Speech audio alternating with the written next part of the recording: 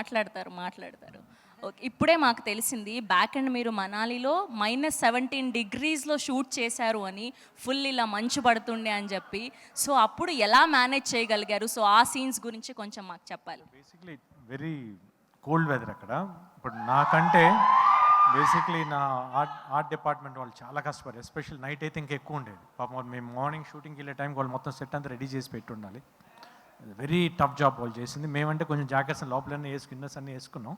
But even though it's very cold, చాలా cold. పాపం director గారు, హోల్ క్రూ అంతా కూడా చాలా కష్టపడ్డారు.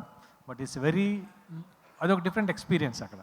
ఓకే, అండ్ సీను వైట్ల గారి సినిమాలో ది బెస్ట్, ఓన్లీ ఒక్క సినిమా మాత్రమే చెప్పాలి. అది ఏంటి? ఆ సీన్ ఏంటి? ఎగ్జాక్ట్ కామెడీ సీన్ గురించి చెప్పాలి. సినిమా ఏది చెప్పాలి? A film by Srinu Vaitla. అది కాదు, అలా కాదు. సీను వైట్ల గారు అన్ని సినిమాలు అని చెప్పొద్దు. ది బెస్ట్ ఒకటి చెప్పండి, ఎప్పటికీ గుర్తుపోయి. ఒకటి చెప్తే మిగతాయి కదా, అన్ని బెస్టే కదా. సరే, బెస్ట్ కామెడీ సీన్ చెప్పండి పోనీ. ప్రతి సినిమాలో కామెడీ చాలా బాగుంటాయి కదా, ఒకటని తీయలేమే. ఫస్ట్ నుంచి ప్రతి సినిమా అట్లా ఉంటాయి. ఆనంద్ కానివ్వండి, వెంకీ కానివ్వండి, దుబాయ్ సీన్ కానివ్వండి, మన దూకుడు కానివ్వండి, ఆగడు, భాష, అన్నీ సూపర్గా ఉంటాయి, ఒకటి కాదు.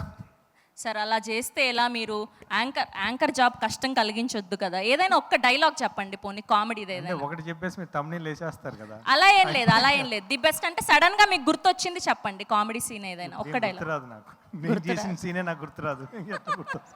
బేసిక్ గానే మీరు చాలా సెటిల్డ్.